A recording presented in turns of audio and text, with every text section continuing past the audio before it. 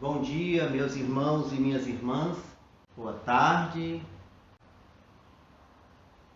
Gostaria que a pastoral familiar se manifestasse e pudesse dizer que está nesse momento ligada.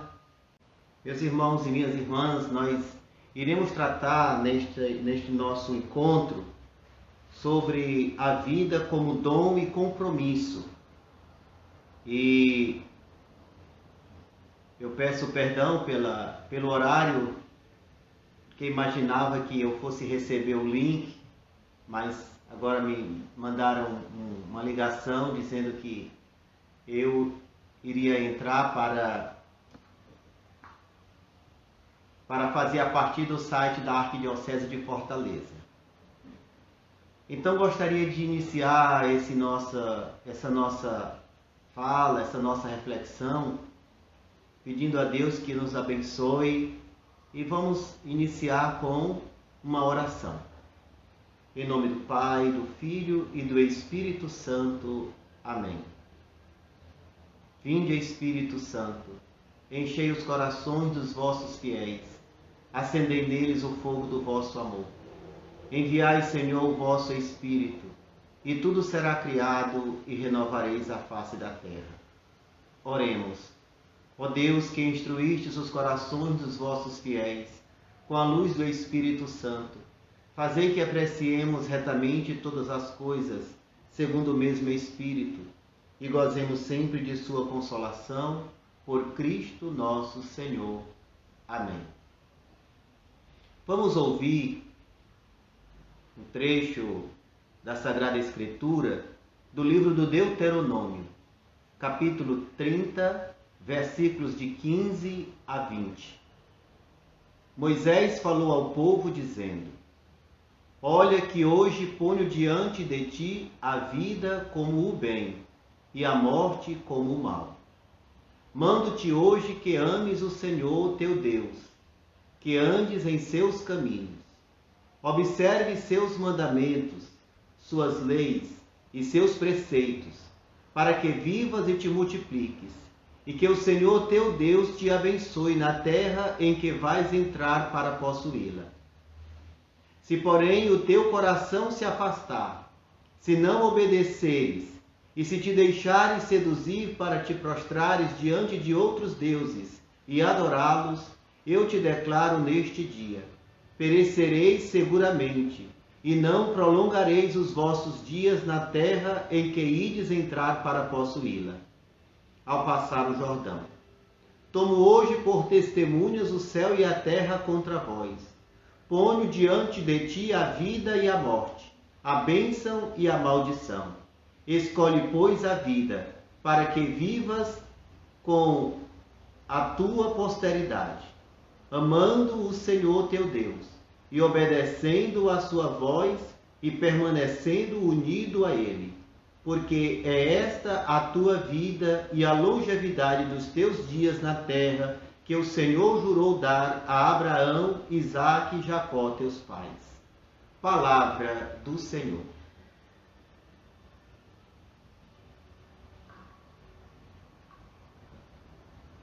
Estimados irmãos e irmãs, querida pastoral familiar, a todos que nos acompanham pelo Facebook da Arquidiocese de Fortaleza.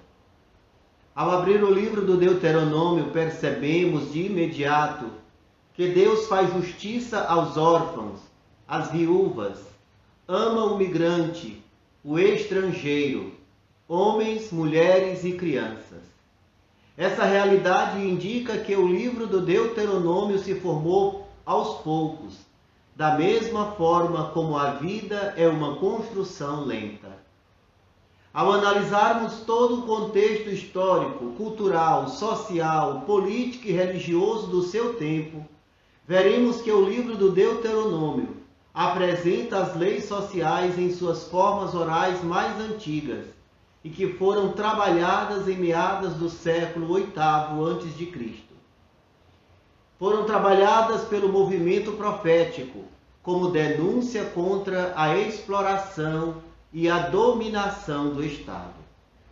No Brasil, a igreja está realizando nesses dias que vão, do dia 1º ao dia 7 de outubro, a Semana Nacional da Vida. Nosso objetivo é celebrar a vida e a dignidade da pessoa humana, desde a sua concepção, fecundação, até o seu ocaso natural. Essa comemoração culminará dia 8, com a celebração do dia do nascituro, pois entendemos que o feto que se encontra no ventre materno já goza do direito à vida.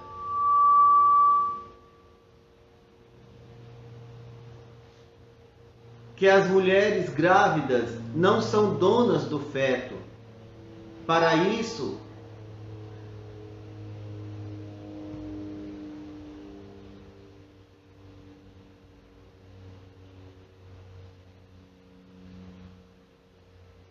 elas não podem dispor do feto como queira.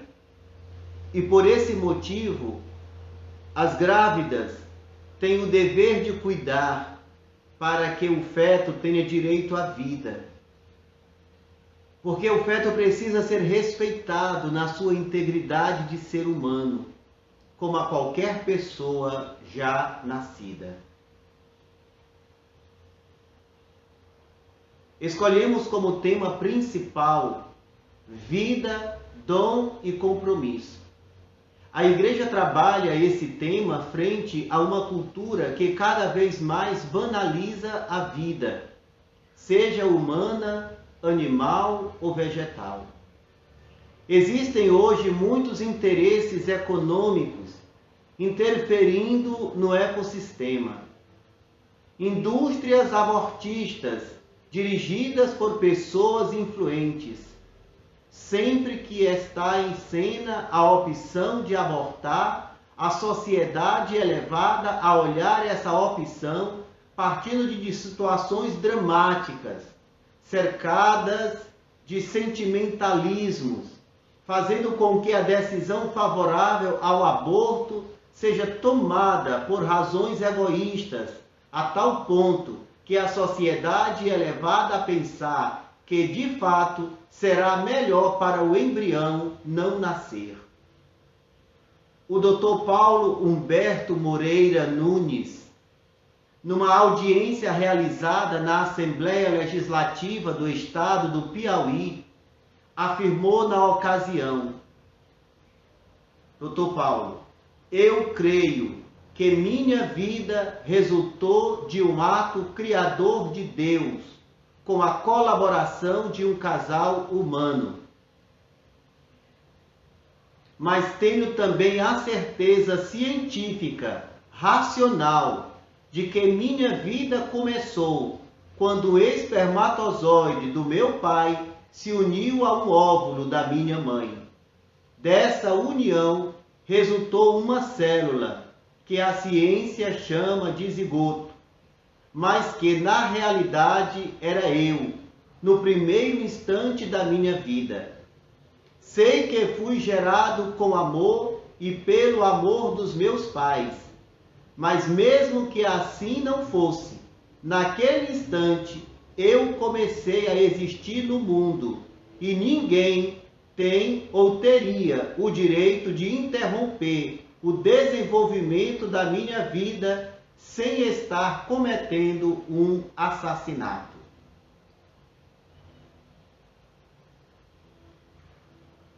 Essas palavras do Dr. Paulo estão em sintonia com aquilo que diz a Igreja Católica.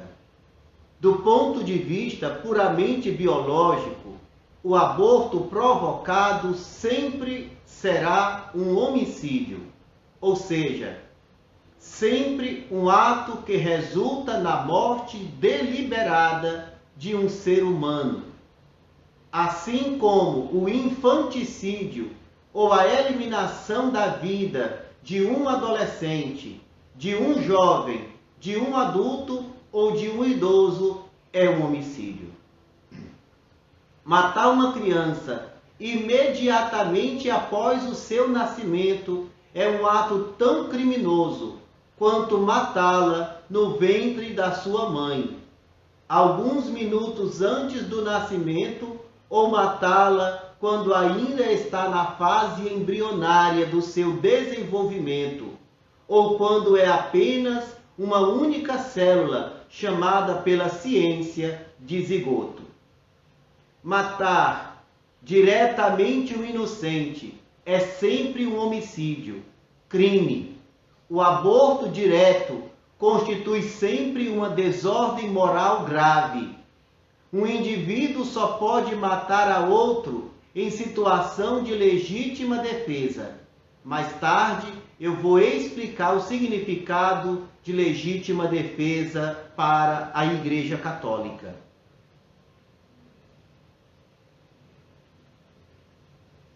Para um inocente, não se pode valer do princípio da legítima defesa, porque se ele é inocente, não pode ser agressor e nem ter culpa de nada do que possa vir a provocar na mãe. Matar alguém, supostamente como fim ou meio para salvar a vida de outra pessoa, é homicídio e é criminoso.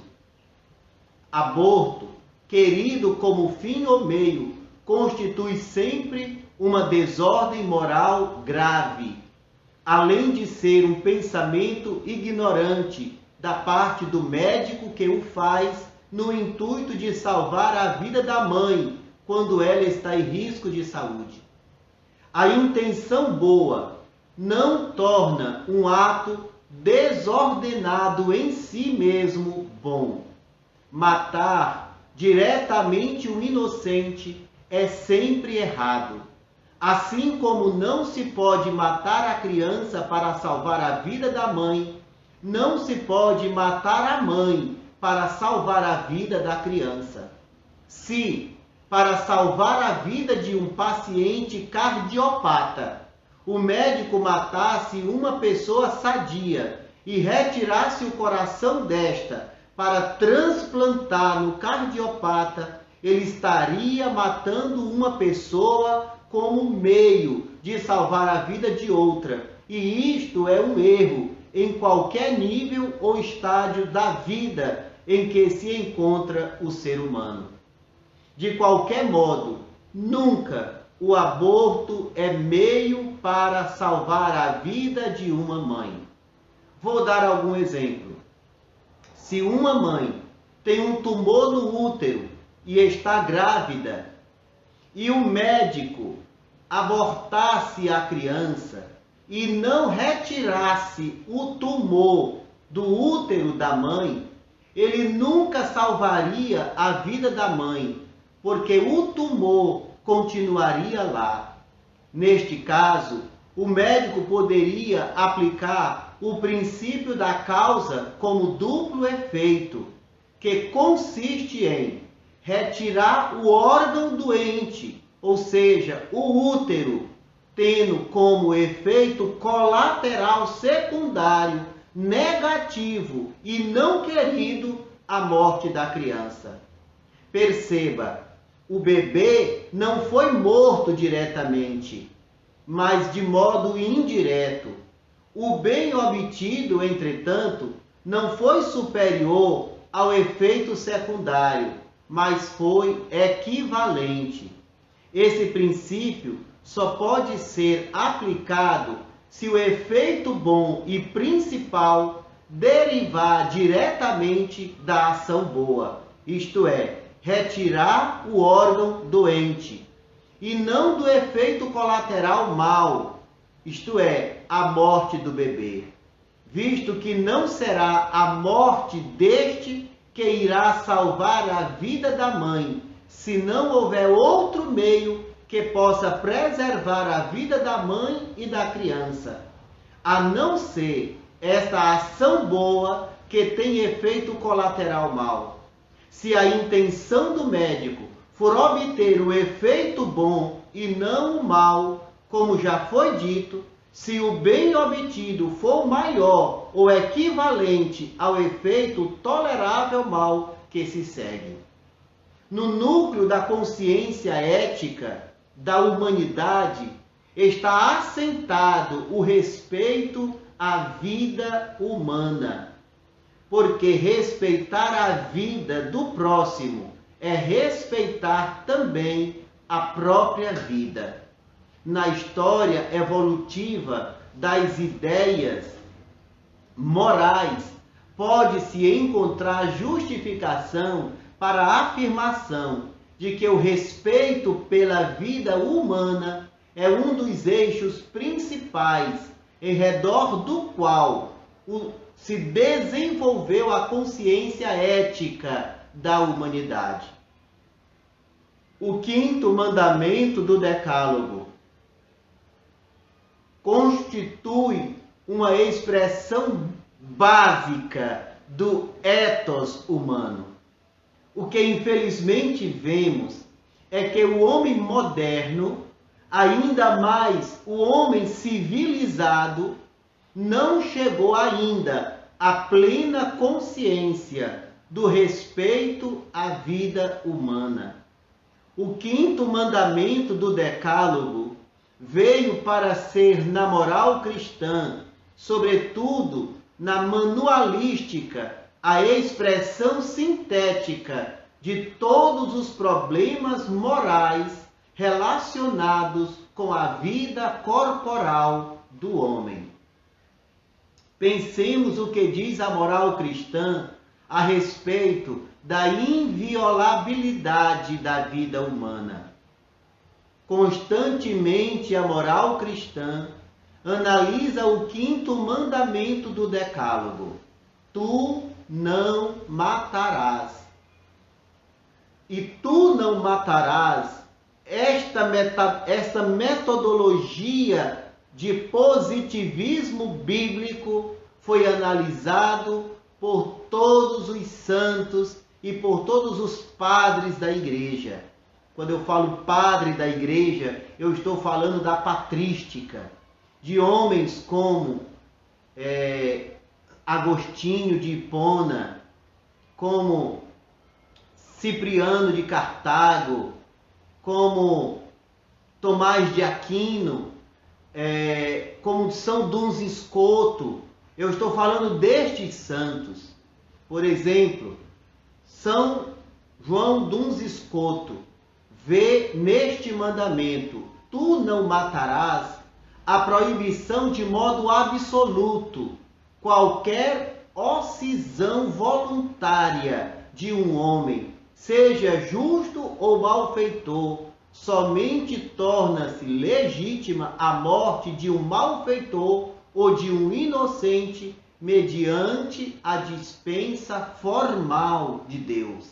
Significa dizer o quê? Que no pensamento de São João Duns Scoto, a pena de morte não é possível, visto que somente Deus pode dispor da vida humana.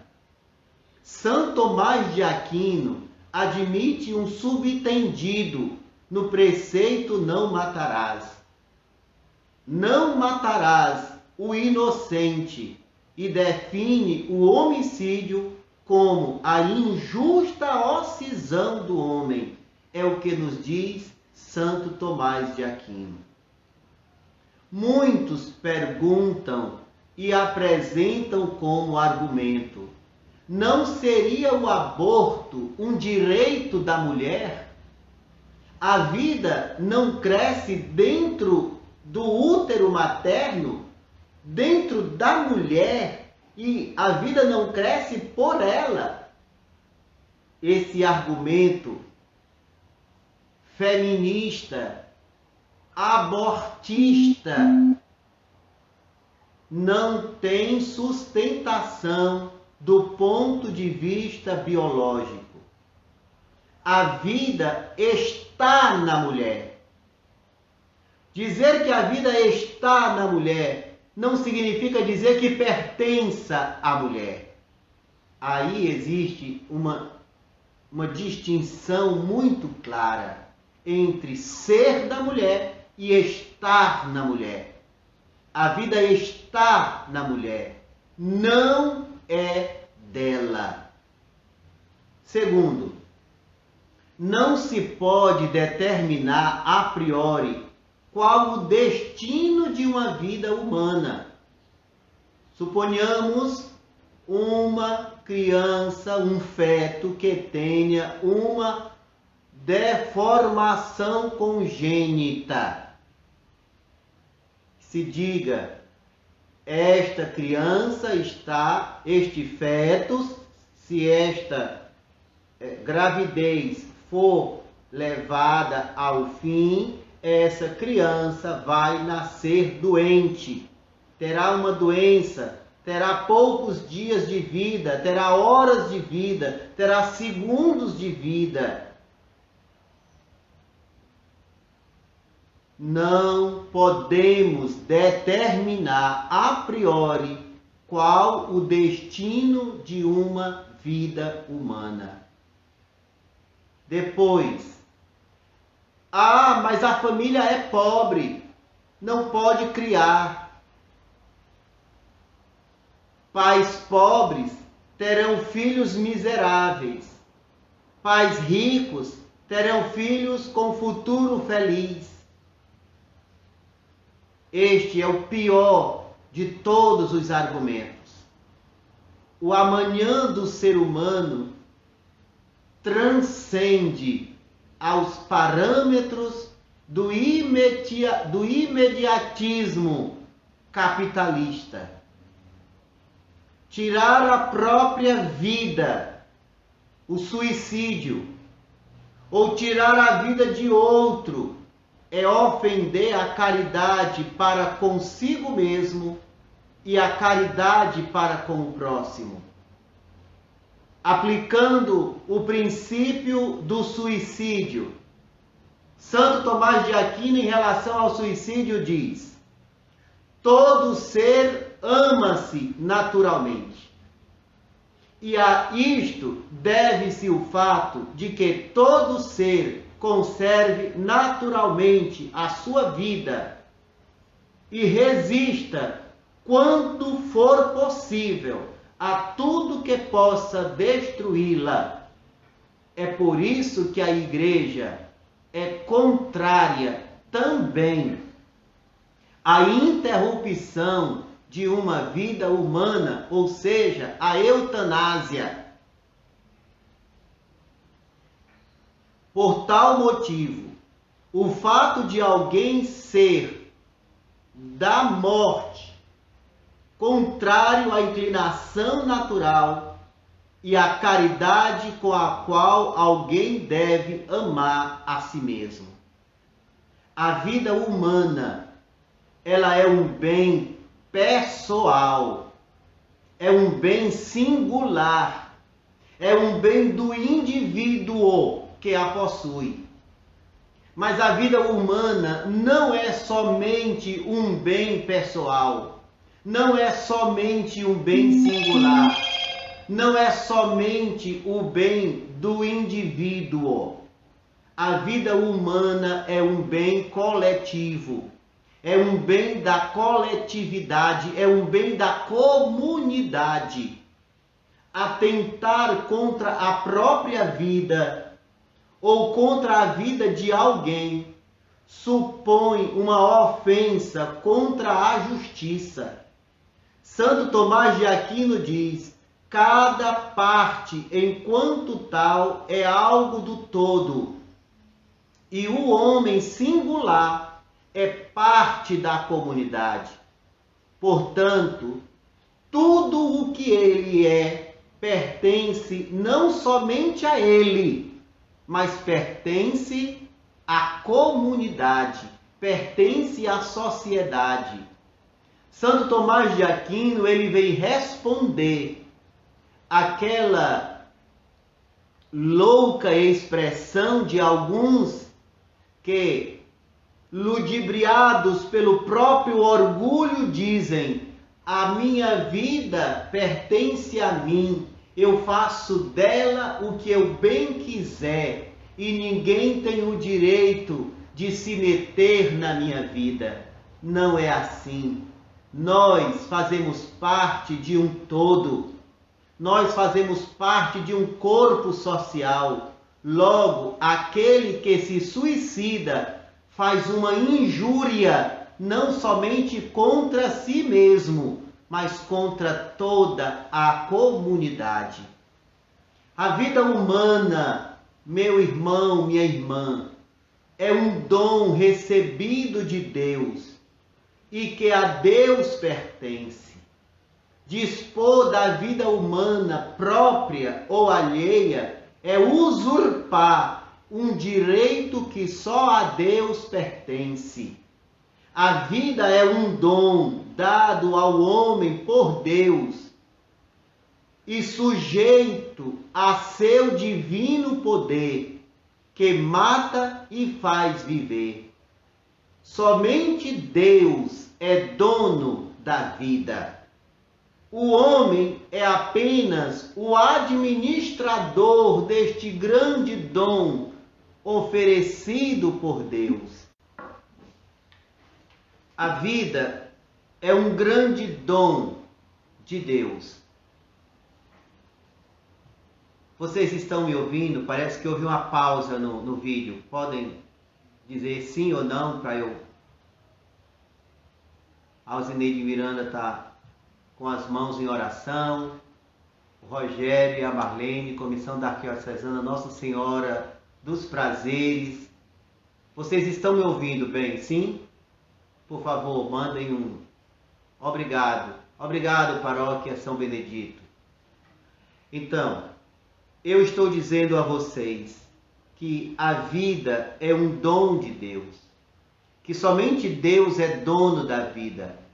E se nós recebemos a vida como um dom, o homem é apenas administrador desta. E essa é uma verdade básica da moral cristã. Santo Agostinho de Hipona. Veja que eu não estou aqui inventando nada. O que eu estou falando está baseado no livro Moral de Atitudes do Marciano Vidal, Ética da Pessoa Humana. E partindo também daquilo que fala o magistério da Igreja, sobretudo na patrística. Eu estou tomando homens como Tomás de Aquino, Duns Scoto, e agora eu falo para vocês sobre Santo Agostinho. O que Santo Agostinho diz a respeito da vida? Disse Agostinho de Hipona: não é lícito matar um homem, mas existem entre nós aqueles que, com um desprezo total pela vida humana, ferem e matam continuamente, proclamando a si mesmos juízes supremos da vida dos outros. Com esta atitude, estes desagradam a justiça, convertem a justiça num simples ajuste de contas. Pretendem em vão justificar seu proceder diante do povo, apresentando-o como o caminho necessário para a libertação social, política que eles mesmos promulgam. Eles apropriam-se sucessivamente de causas nobres e inquietudes legítimas de grande parte do povo, para orquestrar a violência, principalmente o uso das armas. Veja, meus irmãos, que este pensamento de Santo Agostinho está em uma sintonia com aquilo que vive a nossa sociedade hoje, principalmente com aqueles administradores públicos que acham que o uso de armas para a autodefesa é um direito, é um princípio bom, quando na realidade não matar constitui o princípio básico e fundamental de toda pessoa que ama a Deus.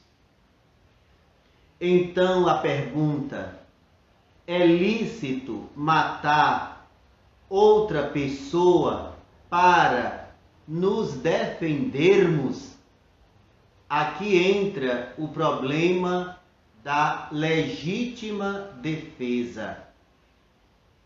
Nada impede que um mesmo ato tenha um duplo efeito, dos quais só um está em nossa intenção. Ou seja, os atos morais se especificam pela nossa intenção e não pelo que está fora dela. Porque aquilo que está fora da nossa intenção é acidental. Resulta, pois, que todo homem tem o direito de conservar a própria vida, de tal maneira que conservar a própria vida é um direito natural de toda pessoa humana. Mas ao mesmo tempo que todo homem tem o direito natural de conservar a própria vida, premissa universal positiva, todo homem tem direito de conservar a própria vida, direito natural. Existe uma premissa universal negativa, que é: nenhum homem tem o direito de tirar a própria vida ou a vida de outrem. Isso é antinatural, constitui crime e, para nós cristãos, constitui não somente crime, mas também pecado. Do suicídio. E a pergunta era se eu tenho o direito de dispor da minha própria vida. E nós vimos que isso na nossa consciência moral cristã não é possível, porque a vida é um dom de Deus. Ninguém é dono da própria vida. Nós somos administradores da vida e não donos da nossa vida. Depois, a relação à legítima defesa. Existe hoje na nossa sociedade uma concepção errônea acerca do significado da legítima defesa. Quem compra uma arma para dizer: esta aqui é para a minha legítima defesa, não está pensando em legítima defesa. Porque o princípio da legítima defesa não é esta. O princípio da legítima defesa é este: nada impede que um mesmo ato tenha um duplo efeito, dos quais somente um está em nossa intenção, estando o outro fora dela. Ora, os atos morais se especificam pela nossa intenção e não pelo que está fora da nossa intenção. O que está fora da nossa intenção nós chamamos de ato acidental. Resulta, pois, que todo homem tem o direito de conservar a própria vida, isto é, direito natural. E eu estava dizendo que este direito natural que todo homem tem de conservar a própria vida parte de uma premissa universal positiva. Todo homem tem o direito de conservar a própria vida. Mas ao lado desta premissa universal positiva está uma premissa universal negativa, ou seja, nenhum homem tem o direito de ceifar a própria vida ou a vida de outro. Assim, todo homem que tira a própria vida ou a vida de outro está realizando um ato antinatural, criminoso e, para nós cristãos, pecaminoso.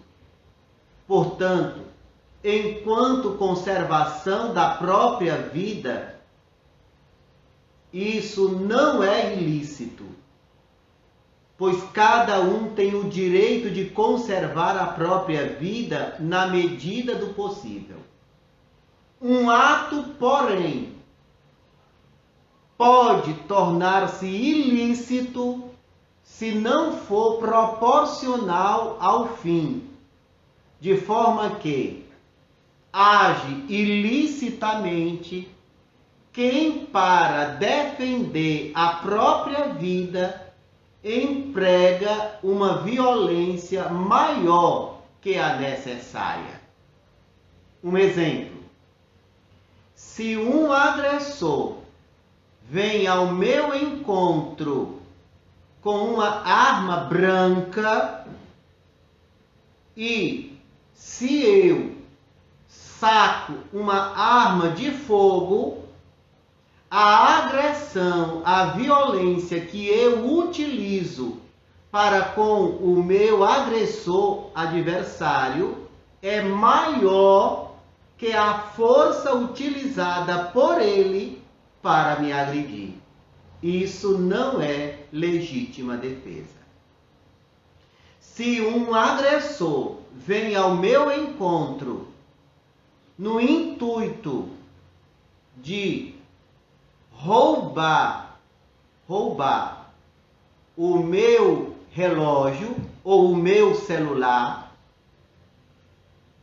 sem ter este agressor nenhuma arma, seja arma branca, seja arma de fogo, arma nenhuma, e eu utilizo o meu veículo, carro, para passar por cima deste agressor, isto não é legítima defesa.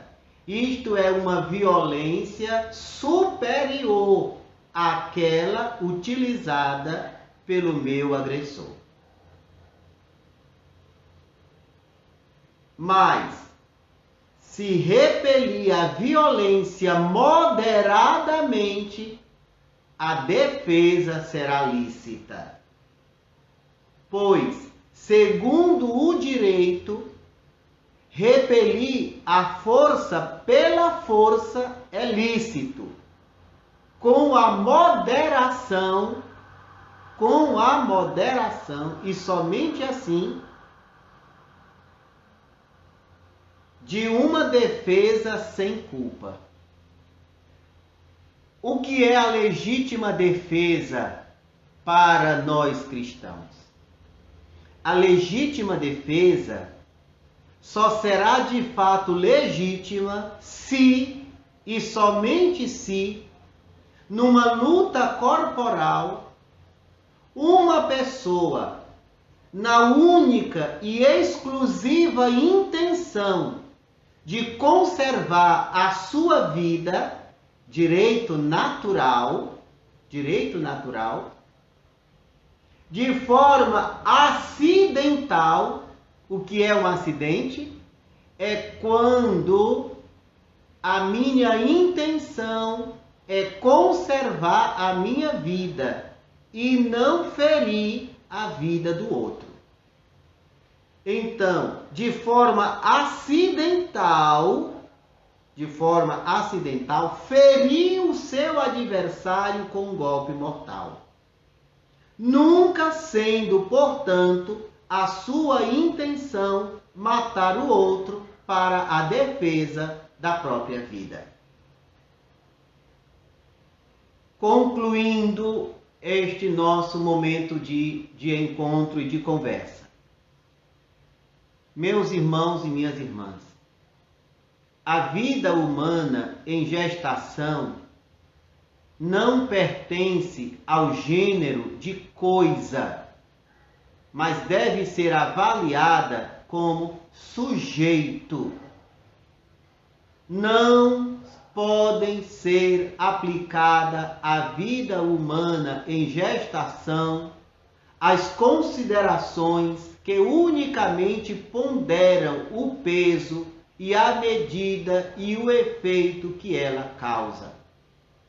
A vida em gestação é distinta da vida da gestante. Embora exista uma estreita dependência da vida que está em gestação em relação à vida da gestante. Por isso, são rechaçadas todas aquelas posições valorativas que de forma capciosa e ideológica querem reduzir o valor do feto. Segunda conclusão: a Igreja não aceita a opinião daqueles que distinguem entre vida humana e vida humanizada e que considera a vida humanizada como autêntica, merecedora do respeito ético e definem-na pelo critério da alteridade. Essa concepção de alteridade é reducionista e não corresponde a uma genuína interpretação filosófica da pessoa humana. Terceira conclusão: a vida humana merece todo respeito, desde o momento da fecundação. O processo de fertilização marca a existência de uma realidade diferente da dos pais, com todas as características cromossômicas e com todas as capacidades de autodesenvolvimento, até o seu ocaso natural. Quarta conclusão: terminada essas observações sobre o valor da vida humana, convém fazer uma advertência sobre o perigo de se cair na tentação que muitas vezes nós caímos. Que tentação é esta? Quando os homens quiseram se desfazer de uma raça, de um povo, de um indivíduo, previamente desqualificaram esta raça, este povo, este indivíduo. Essa desqualificação filosófica hoje tem o nome de fake news, de notícias falsas. Quando se bombardeia a sociedade com sentimentalismo, com notícias falsas, para que sejam aprovados propostas, projetos criminosos, contrários à vida. E estas fake news vão se apoderando do coração da pessoa humana, exclusão do afeto humanitário, fazendo com que criemos ódio pelos outros. E aí nós tratamos o outro, o diferente, como inimigo, quando na realidade o diferente não é o nosso inimigo. Essas observações estão presentes na nossa sociedade hoje. Para finalizar, eu gostaria de convidar todos para nós cantarmos esta canção, essa música, que foi tema da campanha da fraternidade e que ainda hoje ela é utilizada em todas as campanhas da fraternidade da nossa igreja. Eu vim para que todos tenham vida, que todos tenham vida plenamente. Eu vim para que todos tenham vida, que todos tenham vida plenamente. Reconstrói a tua vida em comunhão com teu Senhor. Reconstrói a tua vida em comunhão com teu irmão. Onde está o teu irmão? Eu estou presente nele.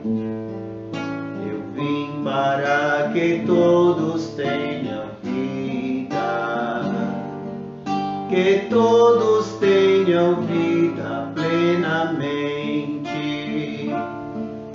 Eu vim para que todos tenham vida, que todos tenham vida plenamente. Eu passei fazendo bem, eu curei todos os males. Hoje és minha presença junto a todo sofredor. Onde sofre o teu irmão, eu estou sofrendo nele. Eu vim para que todos tenham vida, que todos tenham vida plenamente. Eu vim para que todos tenham vida, que todos tenham vida plenamente. Quem comer o pão da vida viverá eternamente. Tenho pena deste povo que não tem o que comer. Eu vim para que todos tenham vida, que todos tenham vida plenamente. Entreguei a minha vida pela salvação de todos. Reconstrói, protege a vida de indefesos inocentes. Onde morre o teu irmão, eu estou morrendo nele. Eu vim para que todos tenham vida, que todos tenham vida plenamente. Vim buscar e vim salvar o que estava já perdido. Busca, salva e reconduz a quem perdeu toda a esperança. Onde salva o teu irmão, tu me estás salvando nele. Eu vim para que todos tenham vida, que todos tenham vida plenamente. Eu vim para que todos tenham vida, que todos tenham vida plenamente.